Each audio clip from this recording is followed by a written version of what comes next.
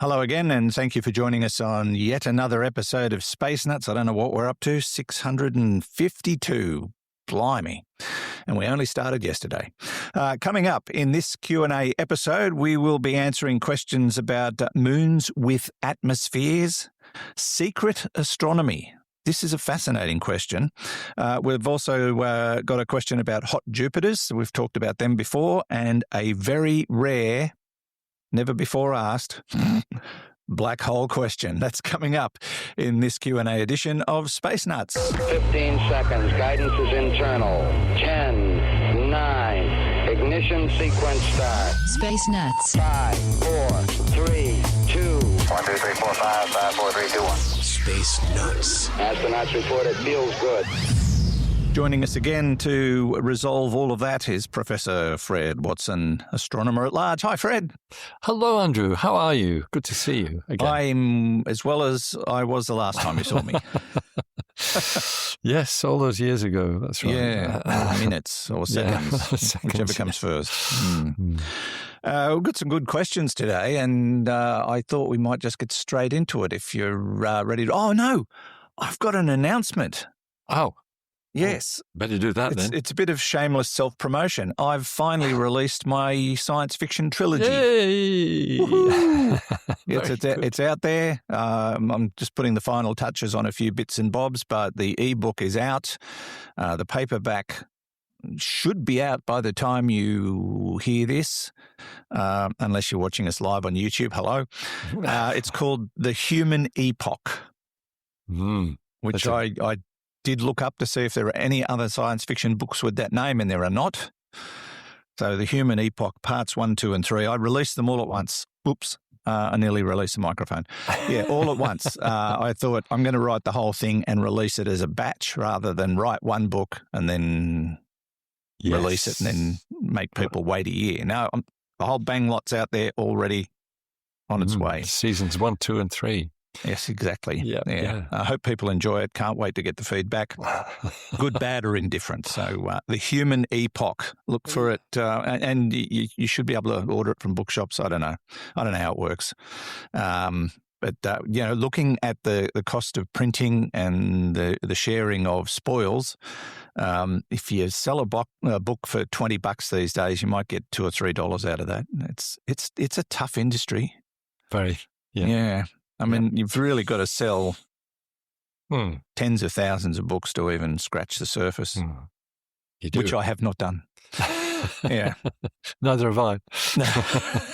No, but anyway, I thought I'd give it a mention. I've mentioned that I was writing it a few times. I thought I might as well tell people it's out there. So that's done. So you're not emulating Douglas Adams with a trilogy in 4 parts?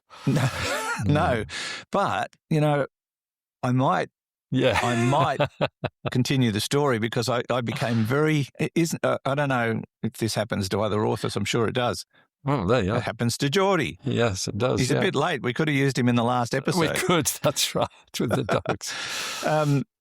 You get a bit attached to some of the characters you create. Yes, I believe that happens when you write fiction. The main character in this trilogy, I've come to adore. I love his attitude.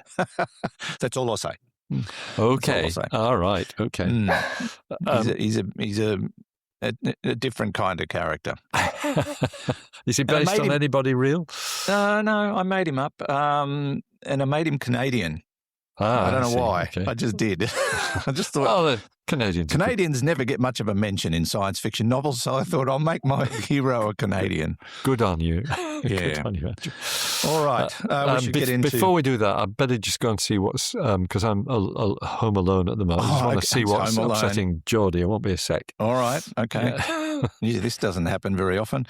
He could have done that while I was spruiking the book, because that would have been a nice filler. But now he's just left me swinging in the breeze, which happens occasionally.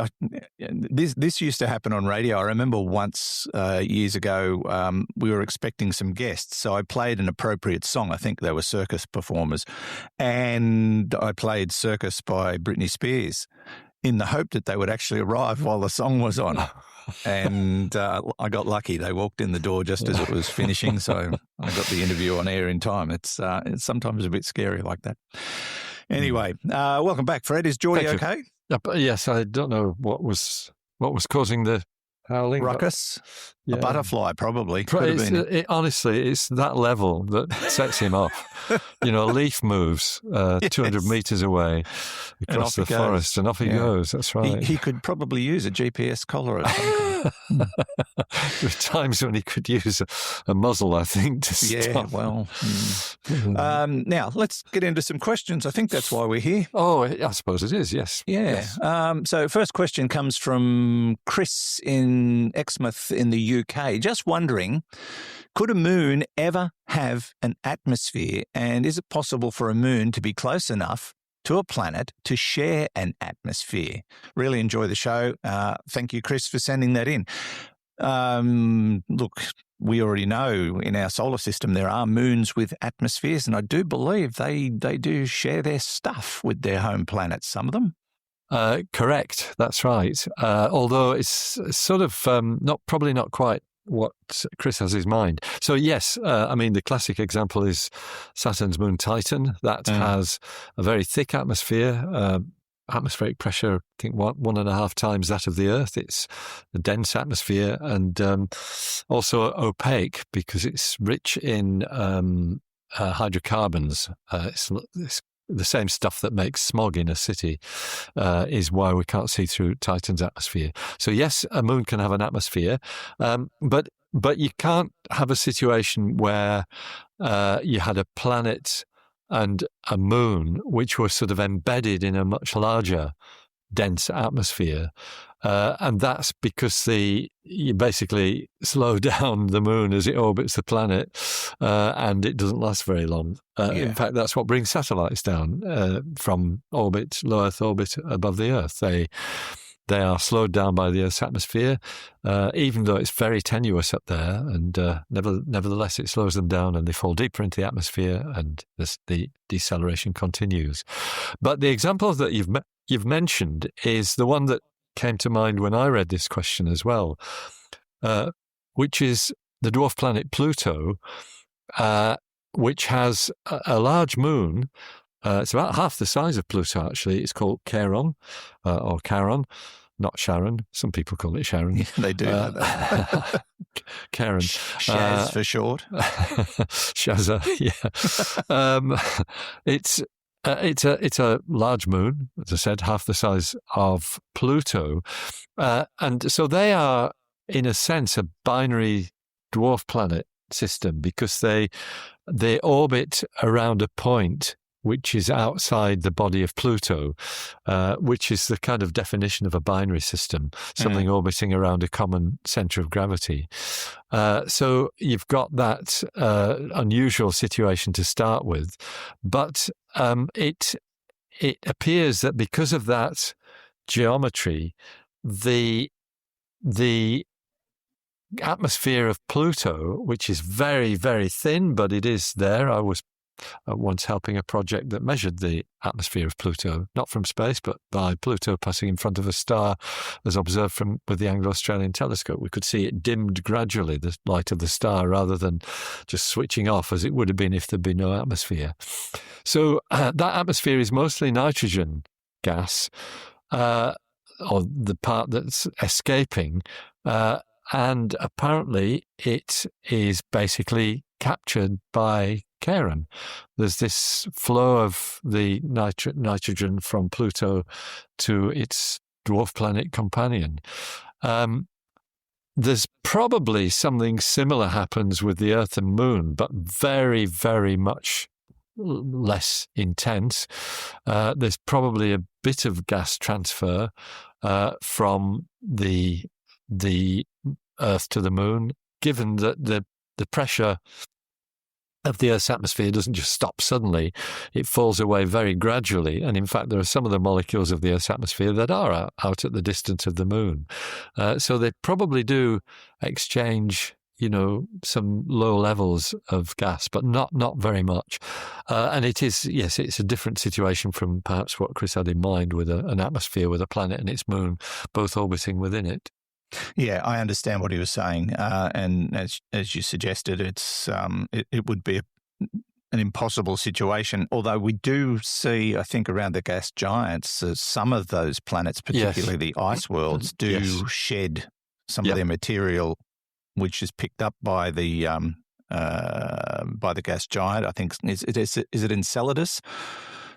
That forms. That's correct. So that's solid matter. Actually, it's the ice crystals that come from Enceladus's ocean. They form Saturn's E ring, which is a very non-dense, very rarefied ring. I think it's the outermost ring of Saturn, and it's basically the orbit of Enceladus is embedded in that. So yes, that's a similar sort of situation. Yeah, that's right. It's not sharing atmosphere, but it's sharing material. Yeah, in a way. So the answer to both of your points, Chris, is a definite yes. But no in terms of them both sharing the same atmosphere. Holus bolus, as we say. So, But great question, Chris in Exmouth. Where's Exmouth, Fred?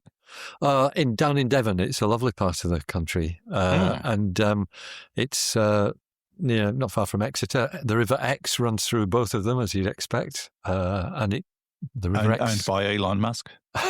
Probably, yes. Spelt slightly differently from Elon Musk's X, but yes, probably still the same thing.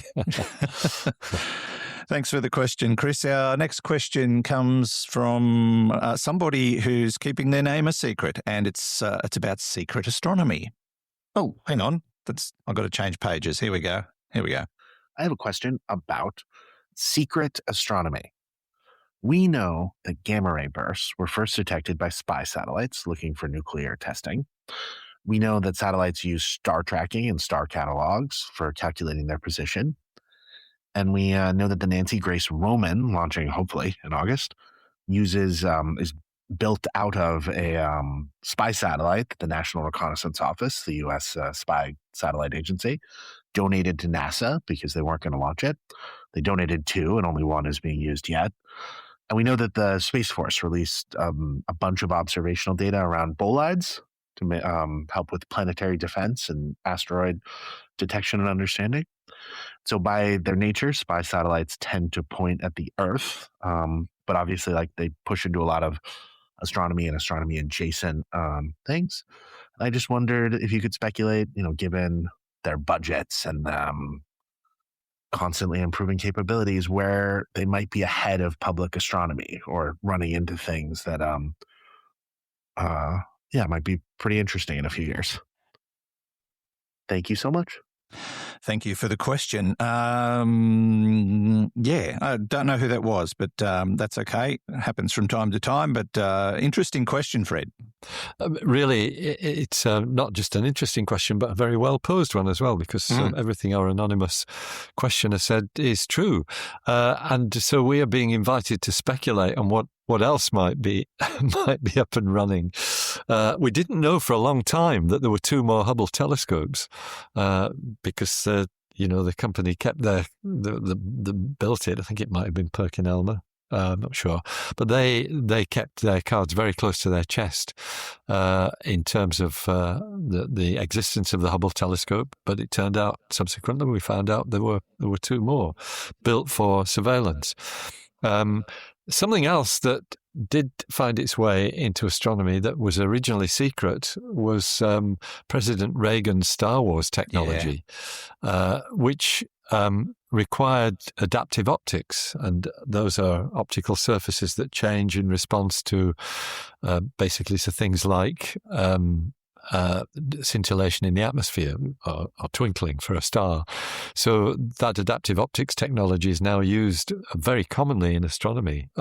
It's not used here in Australia. We don't have a site that is naturally good enough to be able to compensate for the atmospheric atmospheric turbulence, whereas some of the better sites in the world, like Mauna Kea in Hawaii and Cerro Paranal in Chile, they do, and so they use adaptive optics very, very commonly for their work. It basically allows you to take out the twinkling of a star, which is something that ruins the images as you see them through telescopes. As I said, came from Star Wars technology. That technology, by the way, this is not really along the lines of the question, but it's leapfrogged as well from astronomy into ophthalmology. So people are now using adaptive optics to compensate for the turbulence inside your eye when they're doing sort of retinoscopy and things like that. So that adaptive optics technology is now gone from defense through astronomy and is now being developed for health reasons, which is very good. Don't know if it's quite the same thing, but my optometrist was telling me they've invented a new kind of lens that replaces your human lens that can now do the same thing as a human lens. Like, okay. When you have a cataract operation, they replace the human lens that's all fogged up with a generally a plastic lens of some kind, but it was a fixed lens. It could only do one thing. They've now advanced the technology to the point where they can put a lens in that will be able to be controlled by your brain and give you various focal lengths. Yeah, which I think is amazing. It's what your eye naturally does. It's called accommodation. The eye accommodates to different distances by changing the shape of the lens. Yeah, So that's quite remarkable, and would be a real breakthrough for for vision, for poor vision. Anyway, we've strayed off the topic here. We have a bit, and I'm sure never happens usually. I'm sure that. Our listener is on the money, suggesting that there are technologies that are being used in secret or restricted environments that would be of great value for astronomy. I guess the kind of thing that comes to mind is quantum detectors and things of that sort. I don't think there's any equivalent. For example, in the field of gravitational wave astronomy, I don't think there's anything that the military are doing that could feed into that, although quantum optics are being used in that now. I suspect it's in relation to the tools that are developed for our observations. We owe infrared detectors, the things that see redder than red light or heat radiation. We owe them to the military. That's a spin-off from military work. I do remember one of the first infrared instruments on the Anglo-Australian telescope when it was being delivered. I think the detector came under armed guard almost. It wasn't quite like that, but there was a lot of hoops to jump through when this detector was delivered, because it had to be certain not to stray into the hands of certain foreign nations the Americans who developed this detector didn't want them to get hold of. So those technologies do eventually kind of sprinkle down to astronomy, where the poor relations in that regard. Although we do push the limits, perhaps more than anybody else in technology. So I don't have any definite speculations. Except to say that nothing would surprise me in that regard when it comes. I'm not a conspiracy theorist, but I do believe there's a heck of a lot going on up there that we do not and probably will not know about. And I truly believe that the technology available today in space and on the planet, in those dark corners of government buildings, is far, far more advanced than we could possibly imagine. I think given what we've got access to in a domestic sense in the public arena today, what's been developed already behind closed doors that we're unaware of, and it's probably up there circling the planet as we speak. Yeah, I think it works both ways, though, because I think we're now seeing the military adopting what would have been thought of as commercial products before. And that's happened, certainly in Ukraine. There's been an adaptation of all sorts of commercial products for military purposes. So what I guess I'm saying is that the technology that we use every day is not as far removed from what the military use as it would have been 20 or 30 years ago. I think that's probably fair to say, but that's me going out on a limb, and who can prove me wrong? Well, that's a good point too. Yeah. It's a really interesting question. Thank you for sending it in. This is Space Nuts. Andrew Dunkley here with Professor Fred Watson.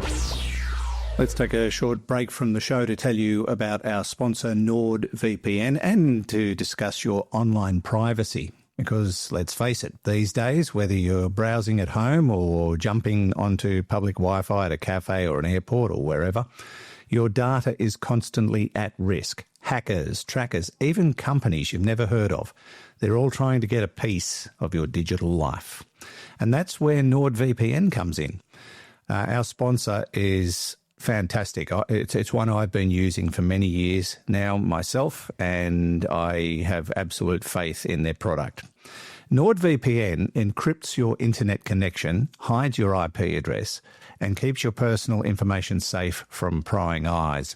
It's like putting an entire online world inside a secure tunnel. They've got over 7,700 servers worldwide. You can browse fast, safely, and without restrictions. Plus, features like threat protection and ultra-fast speeds with Nord links mean you're not sacrificing performance for security. You get both. Right now, you can grab our special Space Nuts deal and get 4 months extra for free.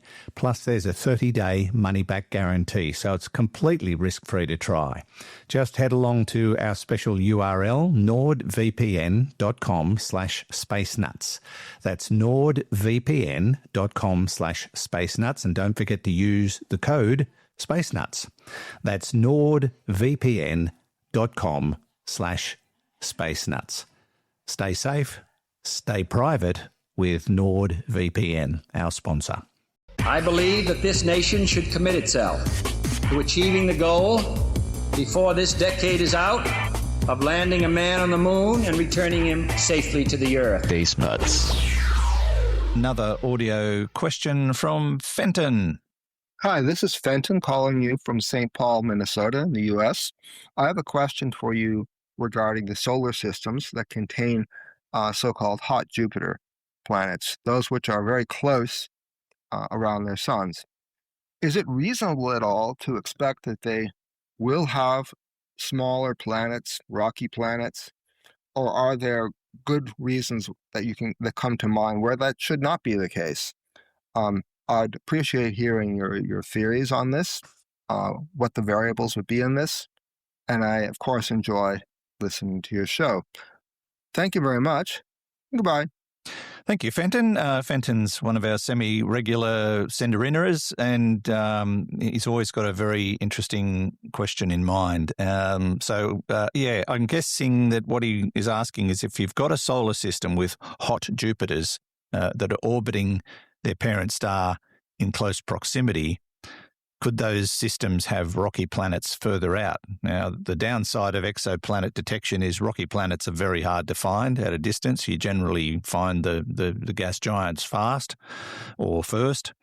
We do know there are a lot of hot Jupiters out there because we've talked about them.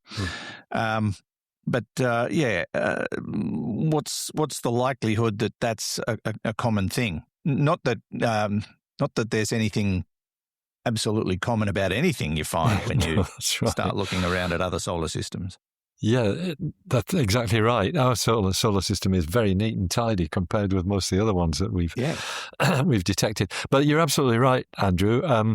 The rocky planets are the tricky ones to observe, and so it might well be that what we're seeing is effectively a selection effect. We're selecting the easiest ones to discover. And that's why we see a lot of hot Jupiters without any evidence of rocky planets in the same solar systems. I think, and I haven't looked at this for some time, but one of the ideas for why we've got this situation with hot Jupiters is basically the planetary migration. This is where planets change their positions in the solar system.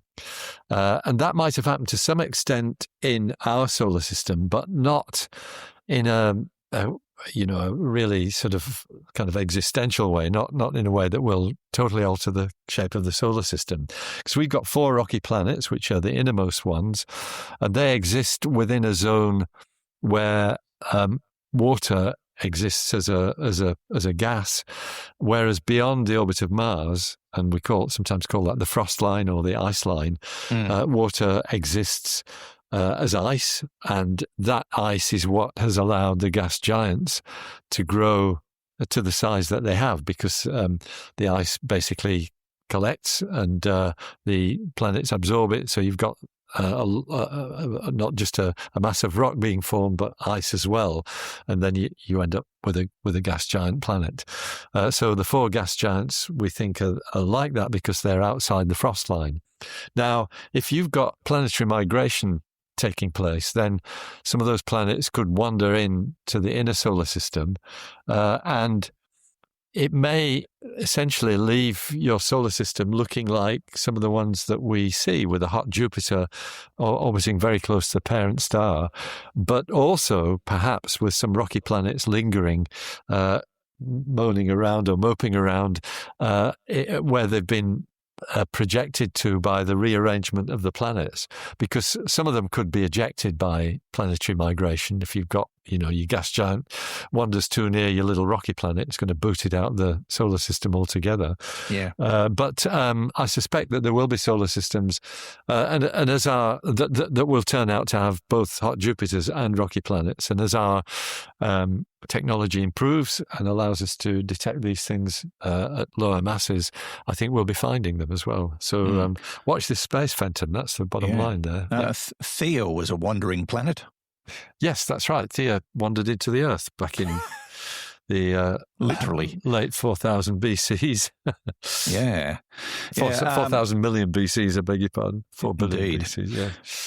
I think the train of thought these days is that in terms of solar systems, just about every star has at least got one planet. Yeah. That's based on an average assumption, but it also stands to reason that solar systems are as many and as varied as there are stars in the sky.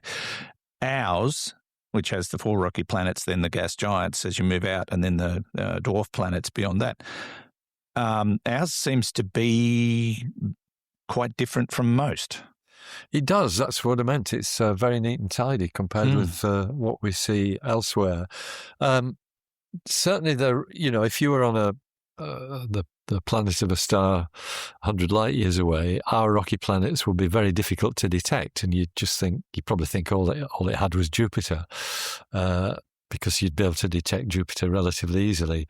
If it passed in front of the sun, it would produce a 1% drop in the light of the sun. Yeah. And that's easy to measure. So yes, is the future of our solar system one that does involve planetary migration?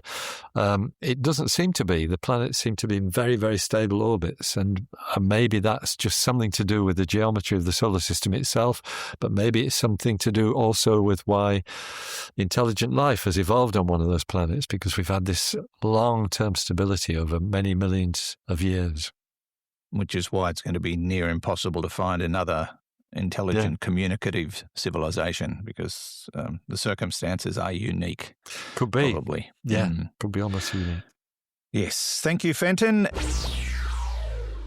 Roger, you're loud and clear here also. Space Nuts. Our final question comes from Ed. Now, this is not dissimilar to a question we had recently, but it's not quite the same either. We believe that nothing can escape from a black hole. And yet, when 2 black holes merge, the mass of the surviving black hole is significantly less than the combined mass of the 2 merging black holes. It would appear this missing mass, which I understand is converted to gravitational waves, has to come from the black holes. Hence, energy, matter does escape from black holes. Is this wrong? Ed asks. Hello, Ed. Thanks for the question. Black hole questions, Fred. It's not a week goes by we don't get a no, black it's a hole great question. one, though. It's a good question that Ed's raised. So it's, yes, the gravitational radiation is quite different from the electromagnetic radiation that's coming from a black hole, which does get trapped. It can't pass the event horizon. That's what the event horizon is all about. Because gravitation is a property not of the black hole, but of the universe itself. It's the underlying sort of fabric of space that is what carries gravity. And so if you've got these colliding black holes, they shake the space itself rather than emit something. So that's the difference. The gravitational waves, yes, indeed, they're caused by a loss of mass from the black holes, but they're not a property of the black holes, if I can put it that way.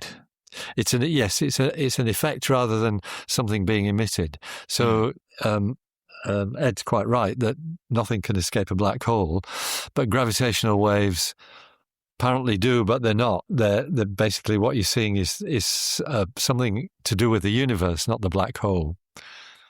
Okay, yeah, I get it. It's the old pebble in the pond trick. Yeah, that's right. Yes, it is. Yeah, the ripples in the pond don't come from the pebble. They come from the fact that the pebble has disturbed the underlying fabric of the water, if I can put it that way. Yeah, it's a really good analogy. Yeah.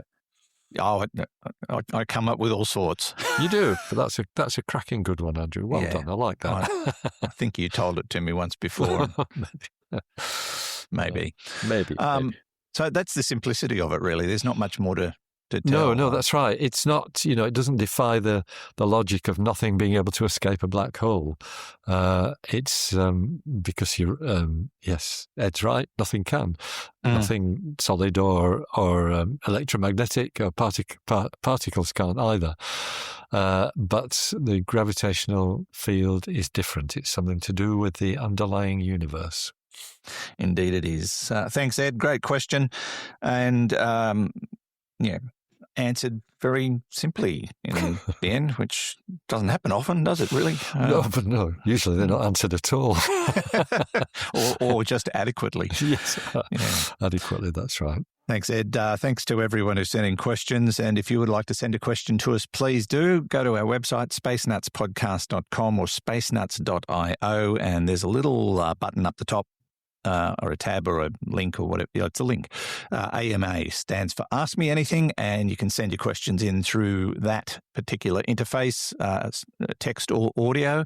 Don't forget to tell us who you are or where you're from, although sometimes people forget, and you're not going to get into trouble for that. We're not that kind of people. No. No. And while you're there, have a look around, visit the shop, become a supporter, and don't forget to leave reviews wherever you listen to us. Maybe the people listening live right now via YouTube could leave reviews. That'd be nice. Unless they hated us, just don't do anything. No, I'm just kidding. They've stuck around, so we must be doing something right. Yeah. And we're all done, Fred. Thank you very much. Thank you, Andrew. We'll talk again soon. I look forward to it.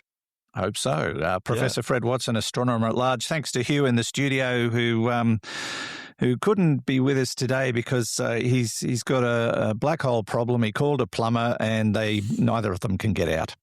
And from me, Andrew Dunkley, thanks for your company. I'll catch you on the next episode of Space Nuts. Until then, bye-bye. Space Nuts. You've been listening to the Space Nuts podcast. Mission complete, Houston. Available at Apple Podcasts, Spotify, iHeartRadio, or your favorite podcast player. You can also stream on demand at Bytes.com. This has been another quality podcast production from Bytes.com.